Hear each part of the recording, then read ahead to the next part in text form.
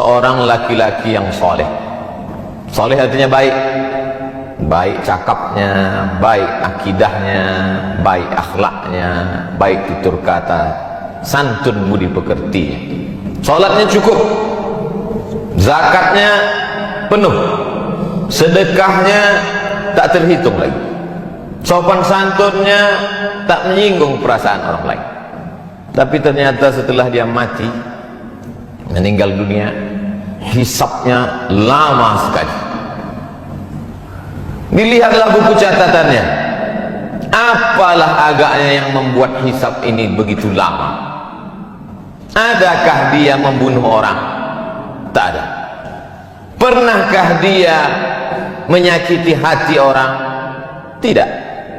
Karena santun, tersenyum. Ternyata pada suatu malam dia pergi kenduri undangan. Dalam kenduri itu disuguhkanlah makanan daging kambing.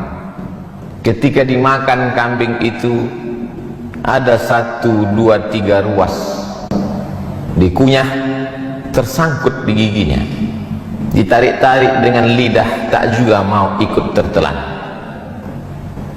Mengganggu terasa di mulut. Sampai di tengah jalan tak sabar untuk sampai ke rumah. Dia lihat ada pokok kayu ranting kecil di depan rumah orang. Lalu dia petik ranting itu, dia congkelkan ke daging yang menyangkut di celah gigi. Maka lepaslah beban yang dari tadi mengganggu pikiran, hati dan lidahnya. Setelah itu dia pulang tanpa beban. Ternyata yang membuat hisab itu lama di hadapan Allah Subhanahu wa ta'ala bukan karena tidak bersedekah, bukan karena tak salat, bukan karena tak puasa, tapi ternyata satu ranting yang terambil tanpa izin yang punya pun membuat hisab itu lama. Ketika membaca kisah ini, lama saya terduduk dan termenung. Tak pernah saya terpikir memikirkan nasib orang lain, tapi yang terpikir bagaimana agaknya nasib saya, nasib khatib, nasib pribadi di hadapan Allah Subhanahu wa ta'ala. Sudah berapa ranting kayu orang yang tertarik oleh tangan kita dan kita tidak merasa itu berdosa. Agaknya itulah pesan dari sahabat Nabi kepada tabi'in, sahabat yang hidup dengan Nabi, tabi'in orang setelah sahabat Nabi. Apa kata mereka? Beda kami dengan kamu adalah kami orang yang hidup bersama Nabi Sallallahu Alaihi Wasallam. Salat kami sama dengan kamu, puasa kami sama dengan puasa kamu, sedekah kami sama dengan sedekah kamu, Al-Quran kami sama dengan Al-Quran kamu. Bedanya kami melihat dosa sebesar ujung rambut itu sangat besar, dan kalian menganggap dosa kecil itu remeh-temeh saja. Oleh sebab itu hari Jumat, bulan baik, agung dan mulia, bulan peningkatan, bulan Syawal, bulan setelah Ramadan, yang diagungkan, dimuliakan Allah Subhanahu wa ta'ala. Diberikan pula kita kesempatan hidup pada hari Sayyidul Ayyam. Merenunglah kita sejenak. Jangan-jangan 1, 2, 3 ranting itu membuat kita begitu lama hisab di hadapan Allah Subhanahu wa ta'ala. Bagi yang pernah menganiaya orang, minta maaf, minal aidin wal faizin, mohon maaf zahir dan batin. Bagi yang pernah termakan, minta izin, mudah-mudahan dihalalkannya, tersambung silaturahim. Apakah Nabi Muhammad sallallahu alaihi wasallam, pemimpin segala nabi dan rasul, sayyidul kaum, seluruh makhluk di atas muka bumi, malaikat-malaikat di langit, pemimpinnya adalah Muhammad sallallahu alaihi wasallam. Apakah lepas dia dari sangkutan-sangkutan ranting ini? Hari Rabu Nabi naik ke atas mimbar. Hari Senin beliau meninggal. 5 hari sebelum meninggal, Khamis, Jumat, Sabtu, Ahad, Senin. Hari Rabu beliau naik ke atas mimbar.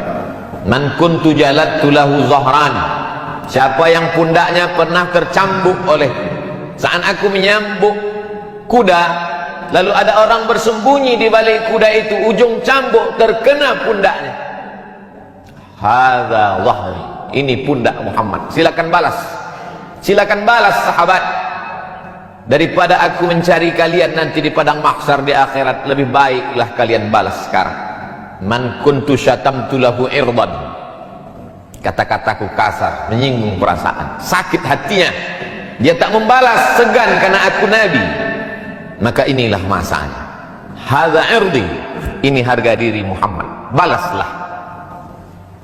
Nabi sedang menunjukkan bahwa dia pun tetap meminta maaf atas apa yang pernah dia lakukan, baik yang zahir, pundak tercambuk, maupun batin, hati yang tersinggung. Cukupkah dengan solat tarawih 30 malam lengkap dengan witir, tahajud, solat sunat pagi, awabin, isyraq? Cukupkah dengan zikir, membaca Al-Quran, khatam berkali-kali? Tak lepas, wahai jamaah Jumat yang dimuliakan Allah Subhanahu wa ta'ala. Kalaulah satu ranting membuat kita terhisap begitu lama, lalu bagaimana dengan orang yang sengaja memotong, mengambil, menggarap, menghabisi, lalu kemudian menganggap cukup tertebus dengan labbaik Allahumma labbaik, cukup ditebus dengan umrah, cukup ditebus dengan munajat di pintu Ka'bah. Begitu banyak yang membuat kita ada sangkutan-sangkutan di padang mahsyar. Makanya kata Nabi, ittaquz zulma, jangan kamu aniaya orang, jangan kamu zalimi orang. Fa inna zulma zulumatun yaumal qiyamah, karena perbuatan aniaya akan menjadi kegelapan pada hari kiamat. Mohon maaf, ada saudaraku yang digelapkan Allah di atas dunia ini, lahir dalam keadaan, maaf sekali lagi, buta. Tapi gelapnya itu ada hikmah, matanya tak pernah berdosa. Di akhirat dia akan terang benderang. Tapi ada orang-orang yang di dunia ini terang benderang melihat, dan di akhirat dia komplain, ya Rabbi lima hasyartani a'ma wa qad kuntu basira. Mengapa aku dibangkitkan dalam keadaan buta, padahal dulu aku di dunia bisa melihat? Allah menjawab, laqad atatka ayatuna, ayat-ayat kami telah sampai kepadamu. Nabi Muhammad sudah menyampaikan, meninggal Nabi diwarisi oleh para ulama, al-ulama warasatul anbiya, tapi kau tak pernah mau tahu. Atatka ayatuna fanasitaha, ayat-ayat kami sudah kami turunkan tapi kau lupa. Fakadzalikal yauma tunsa, orang yang lupa maka hukumannya dilupakan. Jangan pernah lupa dengan security kita, cleaning service, office boy, tukang cuci, tukang kebun kita. Mereka orang-orang yang kita remeh-temehkan, kita rendahkan. Berapa tetes peluh keringatnya kita telan, mereka hanya tersenyum saja. Dia akan datang menghadap, di musim COVID-19 ini kami tidak ada uang tambahan Pak, anak kami juga perlu bayar uang sekolah, karena wabah tetap ada, sekolah libur tapi uang sekolah tidak libur. Mereka hanya mampu tersenyum kalau kita katakan. Orang-orang kaya yang hebat dan gagah perkasa itu akan berkata, tidak ada uang, gaji ditunda. Mereka tidak melawan, mereka hanya tersenyum. Mereka hamba Allah yang lemah. Tapi ingatlah, hisab kita terlalu lama. Irhamu man fil ardi yarhamukum man fis sama. Berkasih sayang kamu kepada hamba-hamba Allah yang lemah di atas dunia, maka Allah akan sayang kepada kamu. Seorang laki-laki duduk di dekat Nabi Muhammad SAW. Nabi duduk memeluk cium Sayyidina Al-Hasan dan Sayyidina Al-Husain, anak kesayangan buah hati Fatimah, pernikahan dari Sayyidina Ali bin Abi Thalib radhiyallahu anhum ajma'in. Apa kata si Arab Badui yang duduk di samping Nabi? 10 anakku, satu pun tak pernah kucium. Apa jawab Nabi? Man la yarham la yurham, man la yarham la yurham. Siapa yang tak ada rasa kasih sayang kepada makhluk, maka tak akan mungkin turun kasih sayang Allah kepadanya. Bahwa kita banyak silap, salah dan dosa, ya, jangan putus asa, karena ayat yang pertama dalam Al-Quran, Bismillahirrahmanirrahim, dengan nama Allah Maha Kasih dan Sayang. Kedatangan Nabi Muhammad SAW untuk apa? Wa ma arsalnaka illa rahmatan lil alamin, menjadi rahmat bagi semesta alam. Oleh sebab itu, bagi yang merasa silap, salah, dosa, ranting-ranting kayu, maka itu semua akan terlepas dari hisab kalau kita mau meminta maaf. Dan ciri orang bertakwa adalah wal afina 'anil nas, mau memberi maaf. Tapi ada orang yang angkuh dan sombong, merasa sudah menjadi penghuni surga karena begitu banyak infak, wakaf, zakat dan sedekahnya, lalu kemudian menganggap itu hanya remeh-temeh semata. Maka ingatlah, sesungguhnya tak ada yang bisa menolong kita di hadapan Allah. Yauma yafirrul mar'u min akhihi, saudara kandung pun akan lari. Wa ummihi wa abihi, mak kandung, ayah kandung pun tak bisa menolong. Wa sahibatihi wa banihi, istri dan anak-anak pun tak bisa membantu. Likulli imri'in minhum yauma idzin sya'nun yughnih, karena semua orang sibuk mempertanggungjawabkan segala yang pernah dia lakukan. Termasuk yang akan dipertanggungjawabkan adalah ranting-ranting tadi.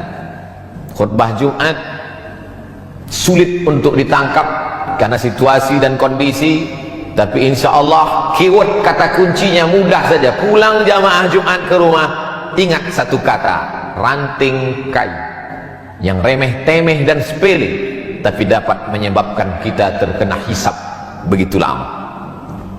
Yang menyampaikan nasihat belum tentu lebih mengamalkan daripada yang mendengarkan. Boleh jadi yang mendengarkan lebih dulu selamat daripada yang menyampaikan. Siapa yang paling mulia di antara kita hari ini? Khatib tidak lebih mulia, imam belum tentu mulia. Inna akramakum indallah, yang paling takut kepada Allah itulah yang paling mulia. At-taqwa hahuna, takwa itu letaknya di sini kata Nabi, bukan pada sorbannya, bukan pada jubahnya, bukan pada titelnya. At-taqwa hahuna, at-taqwa hahuna. Kalau ada rasa takut dalam hati, segera meminta maaf kepada manusia, meminta ampun kepada Allah, mendapatlah dia husnul khatimah. Tapi yang angkuh dan sombong, merasa cukup dengan amal, la yadkhulul jannah, tak masuk surga. Man kana fi qalbihi mithqal habbatin min khardalin min kibrin, ada sombong sebesar biji sawi. Barakallahu li wa lakum fil Qur'anil azim.